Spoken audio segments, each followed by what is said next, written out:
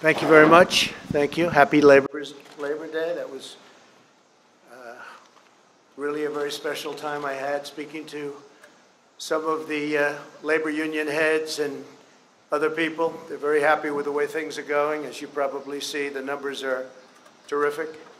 So we called some people, wished them a very happy Labor Day, and they told us how they're doing, and we really celebrate the American worker. We are in the midst of the fastest economic recovery in U.S. history. So we have a lot to be thankful for, including this really beautiful day. So I thought we'd do this outside as opposed to in your more normal place. The United States experienced the smallest contraction of any major Western nation. You probably know that. You look around and see how we're doing compared to every other nation. And our rise is spectacular, and we're rebounding much more quickly from the pandemic. The U.S. economy added 1.4 million jobs last month. We've added a record-setting 10.6 million jobs since May. 10.6 million jobs since May. That's a record that is not even close. Second place is a long ways away. In July, the Congressional Budget Office was projecting unemployment over 10.5% through the end of 2020. So they thought 2020, and maybe it would be a lot longer than that. Some projections where you'd go through the entire year, and that includes a lot of months in the following year, 2021. And instead, the unemployment rate plunged, really to the surprise of many, all the way down to 8.4% in August. And that's the second largest single-month decline on record, and we have the first. We have both of them. So we have the two #1 declines, decline meaning positive, not negative. We're currently witnessing the fastest labor market recovery from an economic crisis in history, world history. By contrast, Biden presided over the worst, the weakest, and the slowest economic recovery since the Great Depression. It was a long, slow slog, and it was a very small on growth and very small on every other factor that you need. It was the weakest recovery. Under my leadership, next year will be the greatest economic year in the history of our country, I project. And some people are starting to agree. We have a V shape. It's probably a super V. And you see what's going on with the stock market, where it's in certain cases already setting records. And NASDAQ has set 17 records already, and this is as we're hopefully rounding the final turn in the pandemic. First, we'll end the pandemic under Operation Warp Speed. We've pioneered groundbreaking therapies, reducing the fatality rate 85% since April. You don't hear that from the press very often. They don't like to talk about that. So the fatality rate, 85%. Think of that, since April.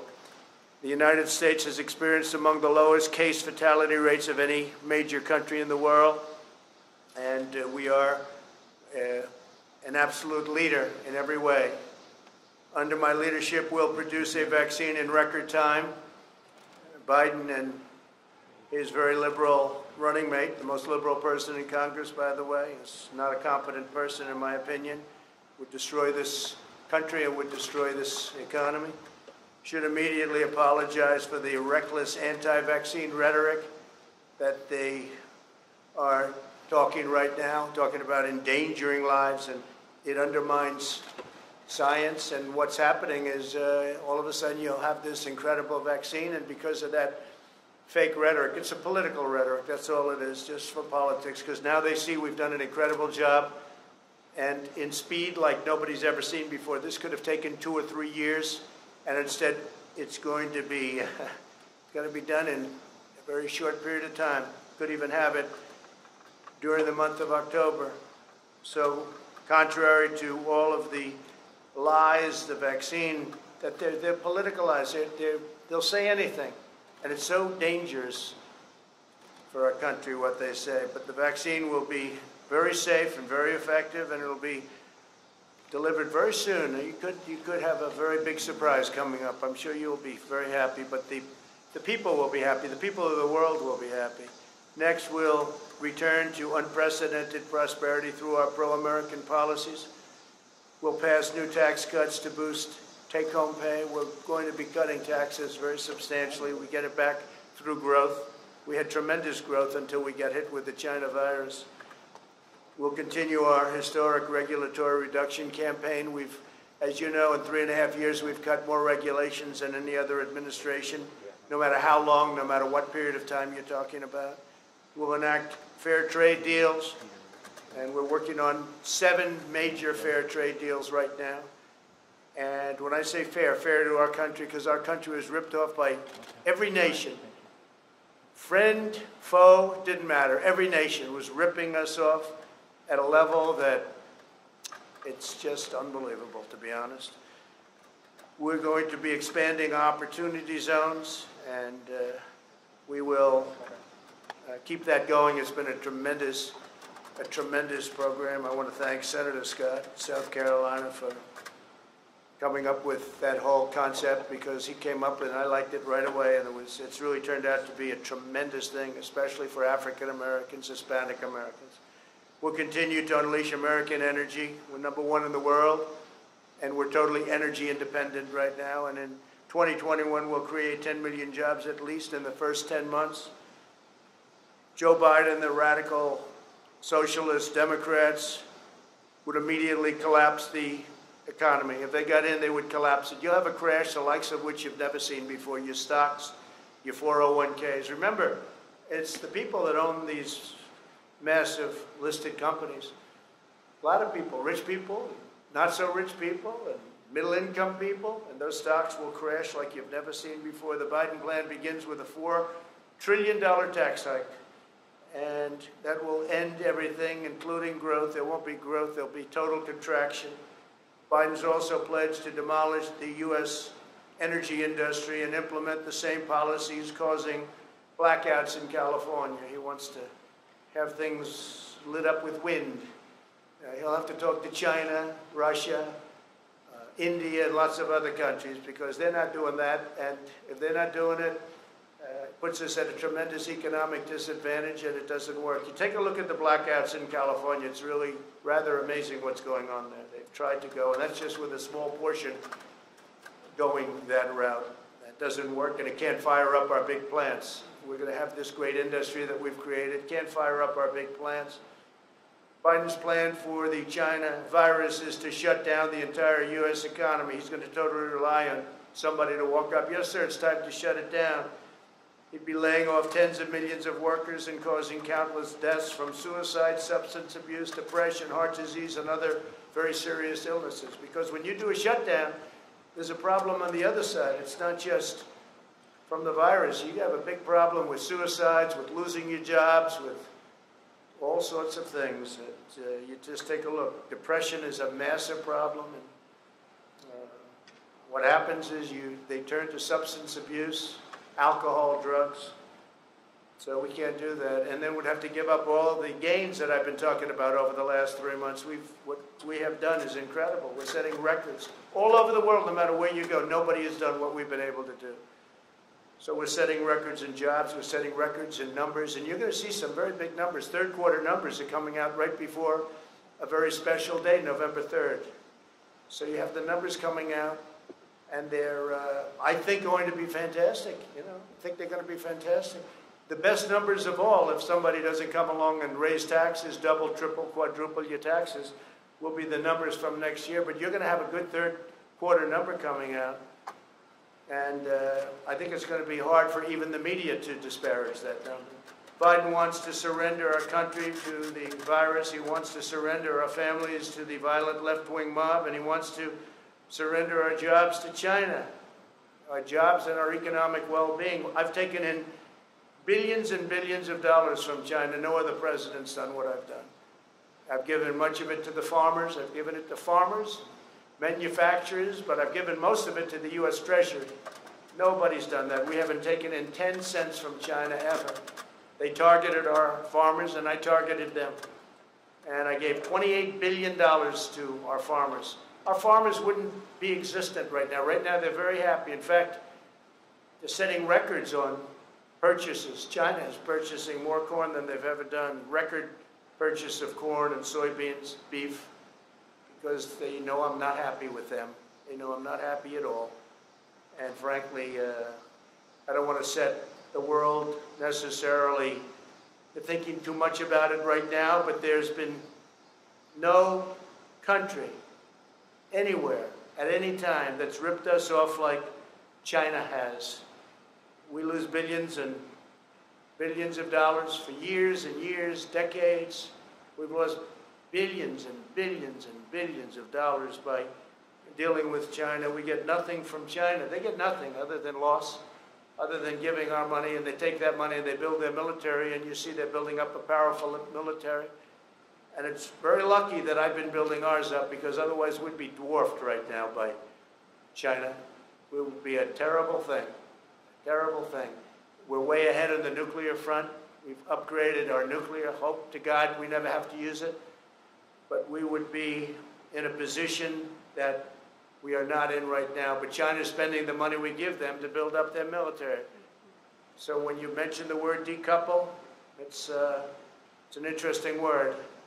So we lose billions of dollars, and if we didn't do business with them, we wouldn't lose billions of dollars.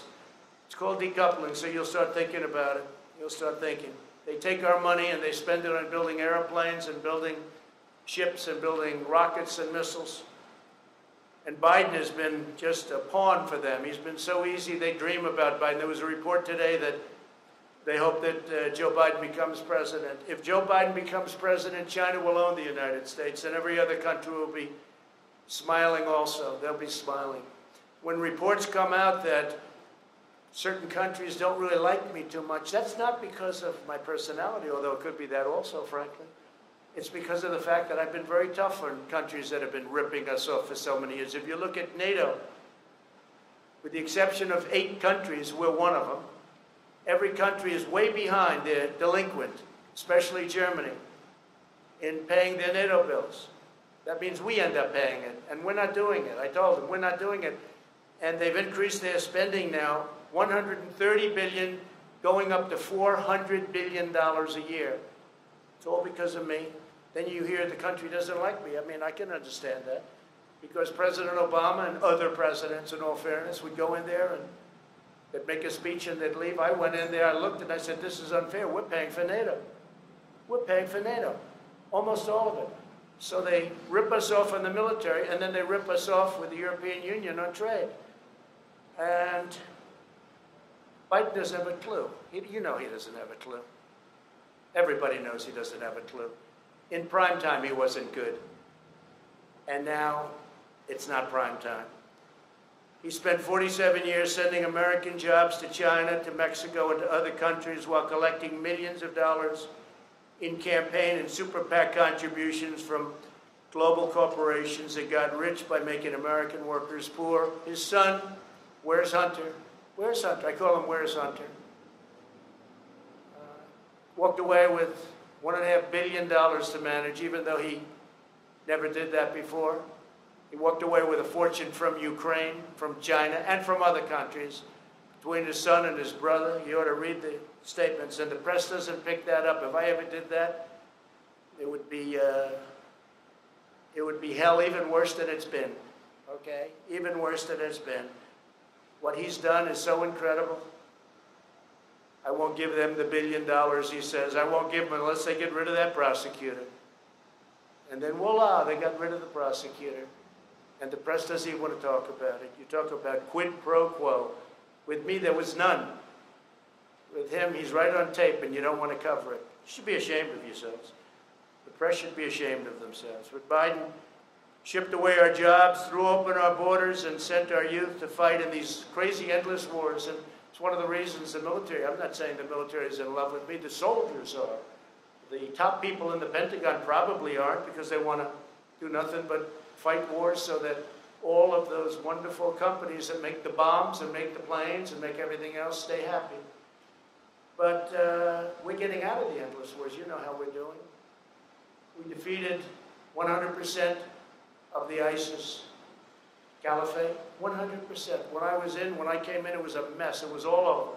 They have it in a certain color all ISIS.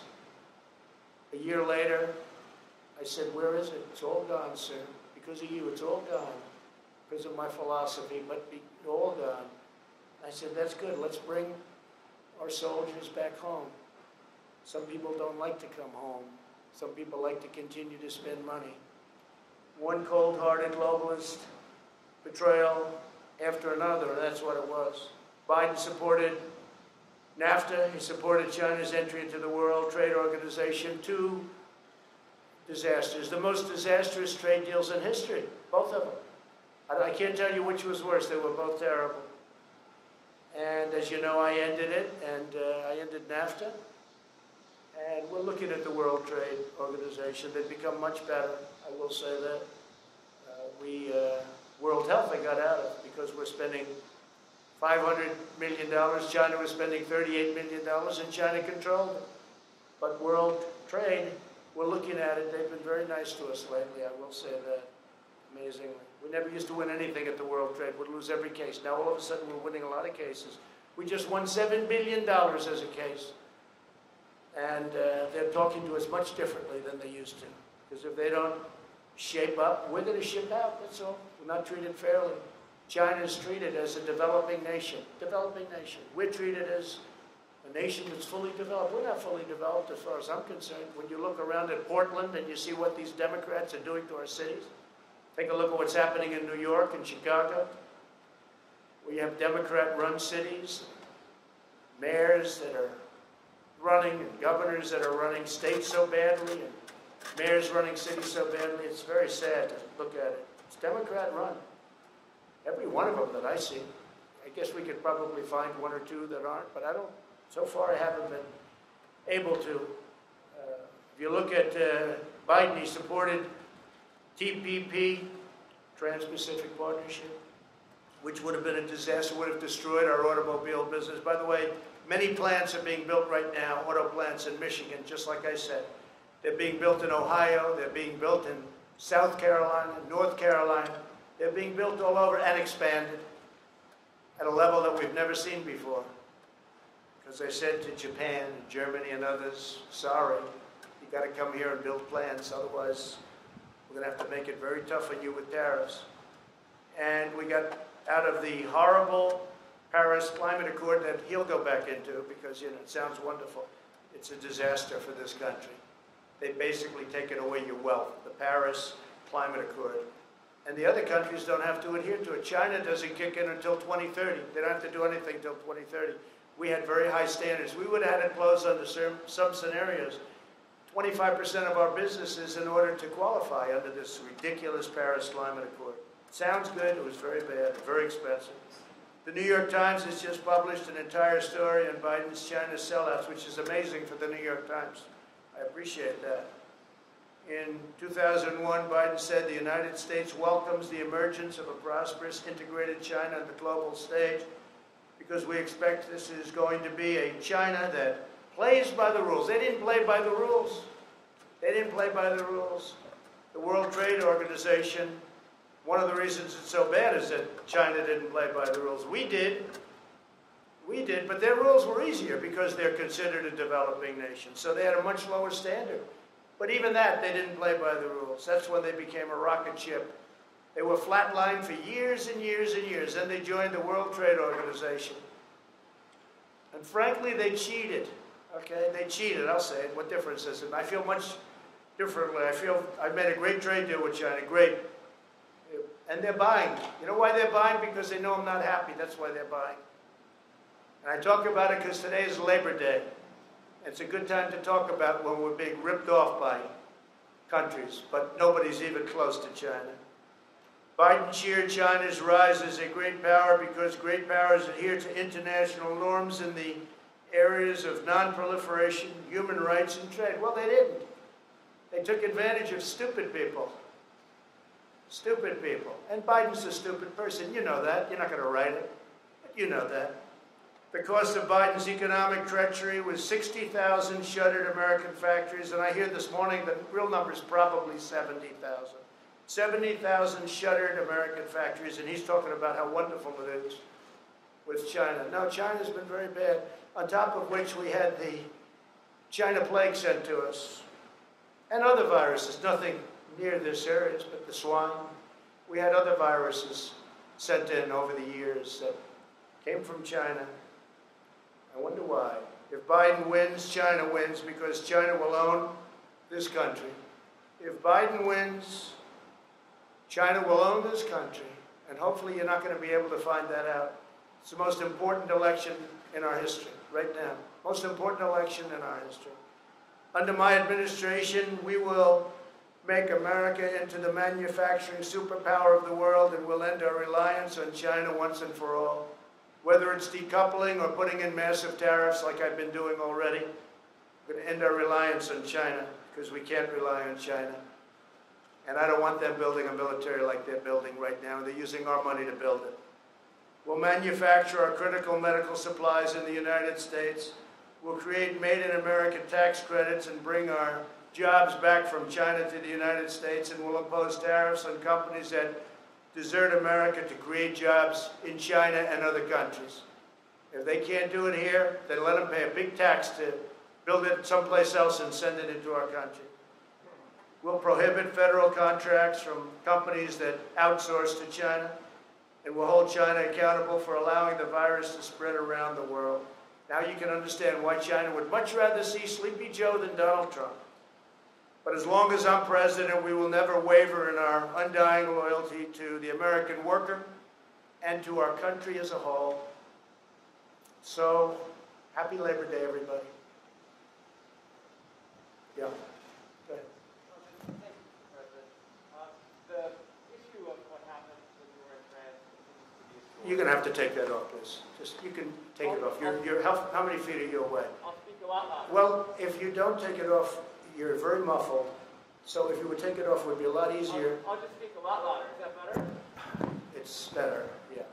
It's better. Mr. President, some people are having a hard time believing your denials of the Atlantic story because of what you said about John McCain in the past. Do you understand that? And have you asked John? No, I don't understand. And have you asked John Kelly to refute that story? No, I don't understand it at all, no, because I've always been on the opposite side of John McCain. John McCain liked wars. I will be a better warrior than anybody, but when we fight a war, we're going to win them. And frankly, I was never a fan of John McCain. You know that. It's been very obvious. But I had to approve his entire funeral. I wanted him to get, he deserved a first class. You know, it all was approved by me. We sent Air Force One to pick up the casket, a lot of things. But no, I was not a fan of John McCain because he wanted the endless wars. And I didn't. I thought that the way the vets were taken care of, our great vets, was not good, not appropriate. And of course, he took the fake dirty dossier and gave it over to the FBI. So this is not somebody I'm not supposed to say, what a wonderful guy. So, you know what? I lived with him. He lived with me, but we had different philosophies. I think my philosophy is right. I think it's turned out to be right. But I wasn't a fan. But I respect people, and I respect a lot of people. That doesn't mean I necessarily have to agree with him, and I didn't agree with him on a lot of things. The story is a hoax, written by a guy who's got a tremendously bad history. The magazine itself, which I don't read, but I hear it's just totally anti-Trump. He's a big Obama person. He's a big Clinton person. And he made up the story. It's a totally made-up story. In fact, I was very happy to see Zach Fuentes came out and said, now I think that's number 15. And these are people that were there. That's the 15th person, General Kellogg. Everybody that was there knew what happened. And so I was happy to see that Zach came out and said it's not true. It just came out. And it's a disgrace. Who would say a thing like that? Only an animal would say a thing like that. There is nobody that has more respect for not only our military, but for people that gave their lives in the military. There's nobody, and I think John Kelly knows that. I think he would know that. I think he knows that from me. But Zach Fuentes says, you know, worked for John. And I think they both know that. But Zach came out, as you know, today or yesterday, last night, and said very strongly that he didn't hear anything like that. Even John Bolton came out and said that was untrue. Now, what was true is that we had the worst weather. I think it was as bad a rain as I've just about ever seen. And it was a fog. You literally couldn't see. I walked out. I didn't need somebody to tell me. I walked out. I said, there's no way we can take helicopters in this. I understand helicopters very well. And they said, no, sir, that's been canceled. They would have had to go, Secret Service, I have the whole list. They would have had to go through a very, very busy section during the day of Paris. They would have had to go through the city. The Paris police were asking us, please don't do it, because they're not ready. When you do that, you need a lot of time. They take days and days and days to prepare for that. I wanted to do it very badly. I was willing to sit in the car for 2 hours, 3 hours, 4 hours. I didn't care. It didn't matter. And I had nothing else to do. I went there for that. I had nothing else to do. It was ended because of the terrible weather, and nobody was prepared to go through, in terms of Paris, the police, the military, and the Secret Service. And they came out very strongly and said, sir, we can't allow you to make this trip. If I wanted to, sir, we can't allow you from a safety standpoint. It was a phony story, just like the dirty dossier, the fake dirty dossier, just like the Russia collusion, just like all of the other phony stories. And there'll be more phony stories. But I do appreciate Zach coming out. But Zach now is the 15th person that's denied it. Zach now, I think, also talked about the weather aspect of it, and he's probably the 14th or 15th person that blamed it on weather. So that's enough of that. Yes, please. Thank you. We're seeing judges, most recently in Detroit, limit police ability to use non-lethal force. My first question would be, should the police be allowed to use non-lethal force to quell the violence in their city? We're talking about where non-lethal force? Right, so in the riots, most recently. The riots? Yeah. Well, I think what's happened is the toughness. These are Democrat-run cities all, and there's no retribution. They stand there, they throw things at the people that are supposed to be protecting something, and nothing happens. They throw rocks, they throw cans of soup, they throw lots of hard objects, and rarely does anything happen. But I've told, when we have the federal in there, as you know, I told the U.S. Marshals to go get the man who killed another man, and they know who it was, and you have to arrest him. You have to arrest him. After 2.5 days, they didn't arrest him. The U.S. Marshals went in, and it ended up being a gunfight, and the man was killed. But this is a man that had a bad record, and there's a man that killed a man in the street. I mean, I witnessed it. Most people witnessed it, and the U.S. Marshals went in. They weren't playing games. They can't play games. If somebody is breaking the law, there's got to be a form of retribution.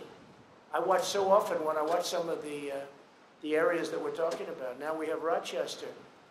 That's, again, Democrat governor, Democrat mayor, all Democrats, every one of them. And it always will be. I was with the governor of Texas. He looked at me and said, I can't imagine how they allow this to happen. And, you know, it's different.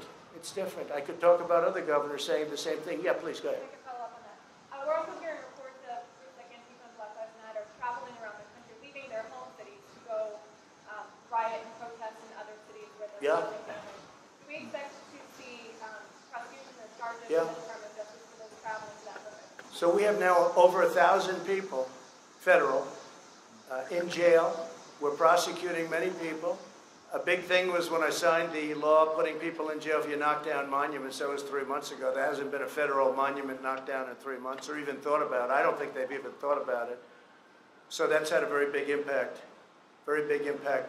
But yeah, we're going around, and the nice part is you people see those people up there, they take nice pictures of everybody, so we don't even have to bother. We can use the news photos. We had a photo right over there of Andrew Jackson, the monument. He was getting ready, and this guy was a big, brave guy, and he was up like this, and he was showing off to all his friends, and he got arrested. So did a lot of other people get arrested, and I would say we have the ultimate proof. Now, in that case, we got there before they ripped down the statue of Andrew Jackson, which is so beautiful, which is right over there. But they never got it. But right after that, I signed an order saying you go to prison for 10 years. And as soon as I signed that order, that was the end of the statues coming down. But they have other ideas. They've got plenty of ideas. They're not at want for ideas. Please, go ahead. Mr. Spun, David Spun from Fox News. Mr. President, thank you for taking my question. Sir, you talked a lot about the economy and touted the economy. 3 weeks ago in Benton,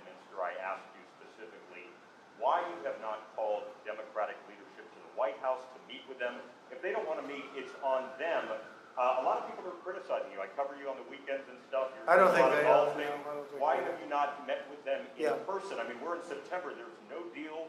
There's I know. no hope of a deal. We're 2 months out from the election. Don't say there's no hope. Why do you say there's no What can you hope? say to What do them? you know? What can you say? What do you know? It doesn't seem like. And let me just tell you, I know my customers. That's what I do. I know Pelosi. I know Schumer very well. They don't want to make a deal because they think it's good for politics if they don't make a deal. This has nothing to do with anything other than you have to know who you're dealing with. I do. These are people that I don't have a lot of respect. I don't think they have a lot of respect for the American people. And I know who I'm dealing with.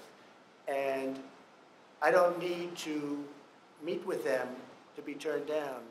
They don't want to make a deal because they know that's good for the economy. And if they make a deal that's good for the economy, and therefore it's good for me for the election in November 3rd, and therefore they're not going to make a deal.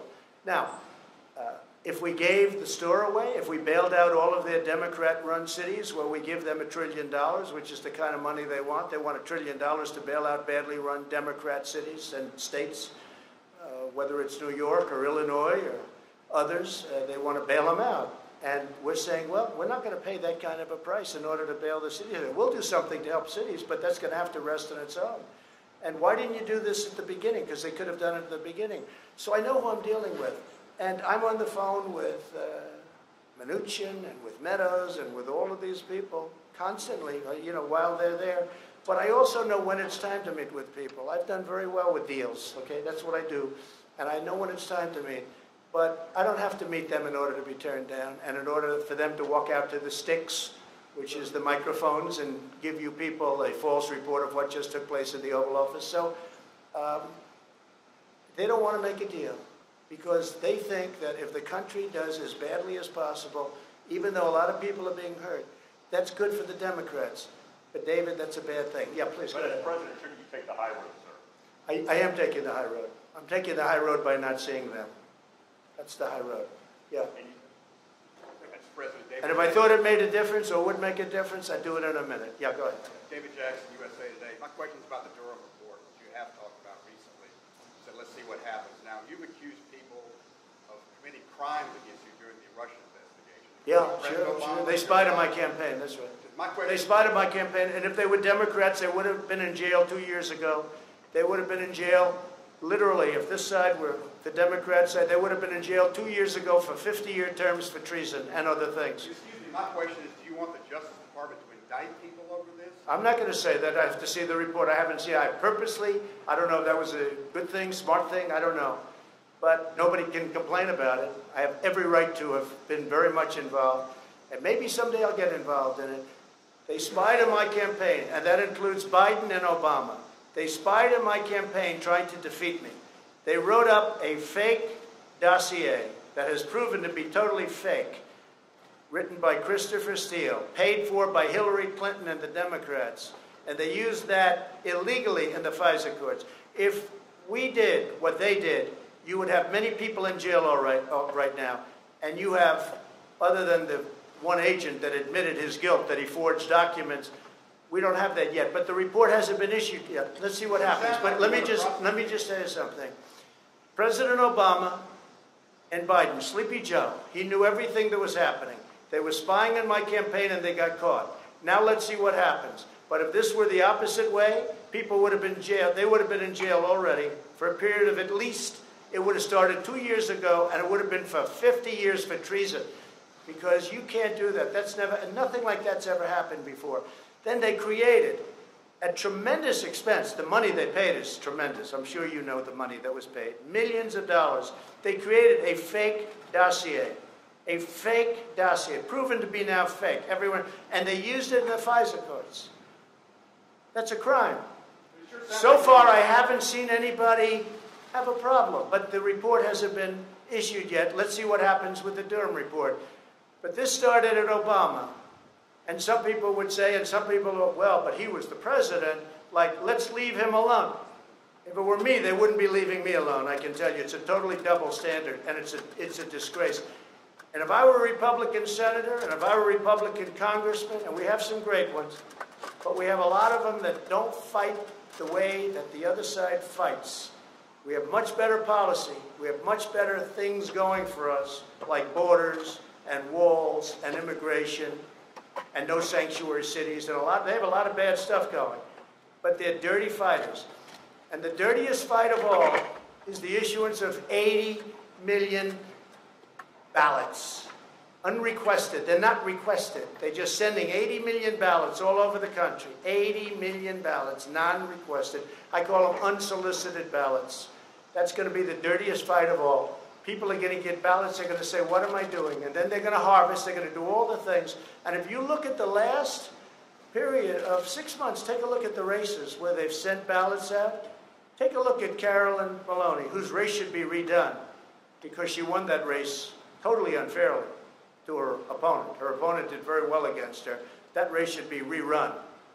But they declared her the winner because they heard I found out about it. But take a look at what's happened in New Jersey and in Virginia and different places. It's a disgrace. That'll be a beauty. Yeah, please. Thank you, Mr. President. If proven true, are you okay with Postmaster General DeJoy and the fact that he asked former employees at his private company to make donations to the GOP and then reimburse them? Are you okay with that? I don't know too much about it. I read something this morning, but I don't. Other than that, I have to see it. He's a very respected man. He was approved very much by both parties, I guess. It was sort of an approval that took place by both parties. I don't know exactly what the story is. I'll certainly know within a short period of time. I just read it for the first time. I read it this morning just like you did. Do you support an investigation, sir? Sure. And I think let the investigations go, but he's a very respected man. Again, it was a bipartisan commission. Postmaster General is appointed by a bipartisan commission, and we'll see how that goes. But no, I think he's a very honest guy, but we'll see. Yeah. Thank you, Mr. President. Mr. President, Go ahead, follow up, please, if you don't mind. If it's proven to be a campaign finance scheme, do you think he should lose his job? Yeah, if something can be proven that he did something wrong, always. You know? Thank you. Always. They've been looking at me for 4 years. They found nothing. 4 years. Think of it. For 4 years, from the day I came down the escalator, I've been under investigation by sleaze, and they found nothing. They found nothing. A friend of mine said, you have to be the most innocent, honorable man ever to hold the office of president. Think of it. They spent just Mueller alone. He spent, I guess the real number turned out to be $48 million, but whatever it was, many, many millions of dollars. They had 18 angry Democrats looking. They had FBI agents all over the place. They had and they have no collusion. Friends of mine have said, sophisticated friends have said, you've got to be the most innocent guy ever to hold this office. And there's a lot of truth to that. Yeah, please. Thank you, Mr. President. After Navalny poisoning, Chancellor Angela Merkel of Germany is under pressure to cancel Nord Stream 2 pipeline from Russia to Germany. Would you support such a move? Do you think the project should be canceled? Sure. Well, I've been supportive of that. I was the first one that brought it up. You never heard of Nord Stream 2 until Trump came along. When I came along, I said, wait a minute. We're protecting Germany from Russia, right? NATO. We're protecting Germany from Russia. Germany's paying Russia billions and billions of dollars to get their energy, and the real number is probably 60 to 70% ultimately of their energy is going to come from Russia. And I said this for years that nobody talks about it. One of the many things between sanctions and all of what we've done for Ukraine relative to what the past, they used to send pillars and we sent tank busters. But I brought that up a long time ago. Russia's unhappy that I brought it up.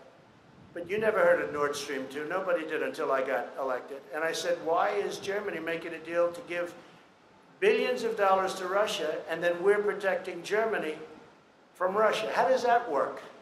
And then on top of it, Germany is delinquent because they're only paying a little more than 1%, and they're supposed to be paying 2%, and even the 2% is low.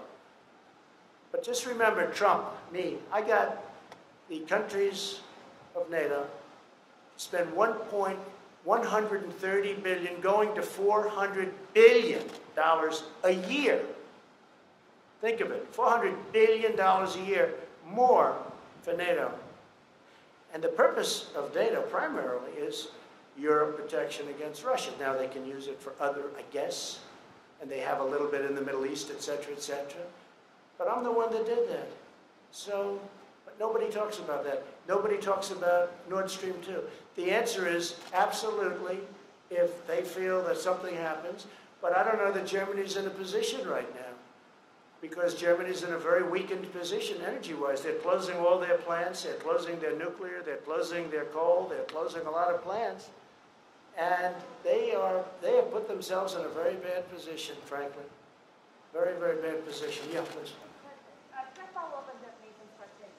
Have you asked John Kelly to publicly refute the Atlantic, and then can I ask him? No, I have nothing against John. I have nothing against anybody, no. I was very heartened to see that a friend of his, because I know Zach is a friend of his and worked for him, I was very heartened to see that Zach Fuentes came out with the statement that he did, I guess, late last night, that it was not true.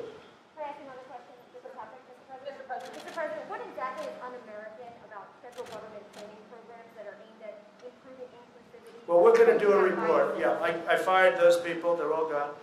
And it was a disgrace, frankly. And we're going to give you a big report that's going to make you very happy. All right. Yeah, please. Thank you. Darlene Superville, AP. You said a moment ago, they'll say anything. We were talking about Joe Biden and Kamala Harris and their comments about the vaccine. No, they say worse. They say negative. They say negative. They're going to make the vaccine into a negative so that when we have it, and I spoke to the head of Pfizer, I spoke to the head of Johnson & Johnson, I spoke to the head of the greatest medical companies in the world. We're doing great. We're going to have it soon. Wait a minute. So now what they're saying is, oh, wow, this is bad news. President Trump is getting this vaccine in record time. By the way, if this were the Obama administration, you wouldn't have that vaccine for 3 years, and you probably wouldn't have it at all. So we're going to have a vaccine very soon, maybe even before a very special date. You know what date I'm talking about? Yes. Let me just tell you, wait. And what they're doing, because they think it is going fast, and if you talk to a lot of your sources, if you have sources, if you talk to your sources in the FDA, you'll see it's going very, very well. The numbers are looking unbelievably strong, unbelievably good. So now they're saying, wow, Trump's pulled this off. Okay, let's disparage the vaccine. That's so bad for this country. That's so bad for the world to even say that. And that's what they're saying it. But I watched Kamala's poll numbers drop from 15 to almost 0, and then drop out even before she ran in Iowa because people didn't like her. And I understand why. She will never be president, although I have to be careful because Obama used to say that about me, so I have to be a little bit careful. Right. But you have to look at her a little bit more closely because obviously Joe's not doing too well. So you're going to have to look at her a little bit too closely. But she's talking about disparaging a vaccine so that people don't think the achievement was a great achievement. I don't want the achievement for myself. I want something that's going to make people better, that people aren't going to get sick with. That includes therapeutics, where we're doing equally as well. Therapeutics. Go ahead.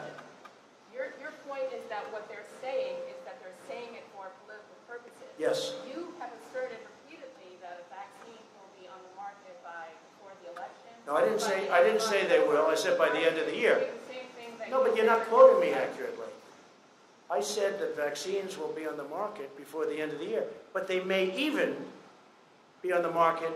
They may even be developed and fully developed, tested, everything else. You know, we have 30,000 people in just one vaccine right now under test in very, very highly infected areas. So we're going to be able to get a good result one way or the other very soon. So I didn't say what you said. What I said is by the end of the year, but I think it could even be sooner than that. It could be during the month of October, actually. Could be before November. But aren't you also saying that for political reasons? No, I'm saying that because we want to save a lot of lives. With me, it's the faster the better. With somebody else, maybe they would say it politically, but I'm saying it in terms of this is what we need. We have to have, if we get the vaccine early, that's a great thing, whether it's politics or not. Now, do benefits inure if you're able to get something years ahead of schedule? I guess maybe they do. But the most important thing to me is saving lives. It's the most important thing. Yeah, go ahead in the back. Hi. Just based on some of your recent tweets, sir, do you You sound so clear as opposed to everybody else where they refuse. your tweets about the 1619 project, why do you object to that being taught in schools? And do you object to slavery itself being taught in schools? Yeah, so no, I want everybody to know everything they can about our history. I'm not a believer in cancel culture, the good and the bad. If you don't study the bad, it could happen again. So I do want that subject studied very, very carefully and very accurately. But we grew up with a certain history, and now they're trying to change our history, revisionist history. That's why they want to take down our monuments. That's why they want to take down our statues. I saw something the other day which was absolutely horrendous. Washington Monument, they want to rename it. The D.C. committee, but the D.C. committee is all Democrats. Abraham Lincoln, Thomas Jefferson. I mean, we're talking about, this is the big stuff now. This is the big stuff. And they want to rename it. They want to redesignate it. They want to take some down. No, we don't do that. Never going to happen with me, I guarantee you that. Well, I want to thank you all, and I just want to wish you a very happy Labor Day, and we're having tremendous success, whether it's on the vaccines, whether it's on the pandemic, the plague that came in from China, that China should have never let happen, because I will never feel the same about China. And I just want to, again, wish you a happy Labor Day. Thank you very much.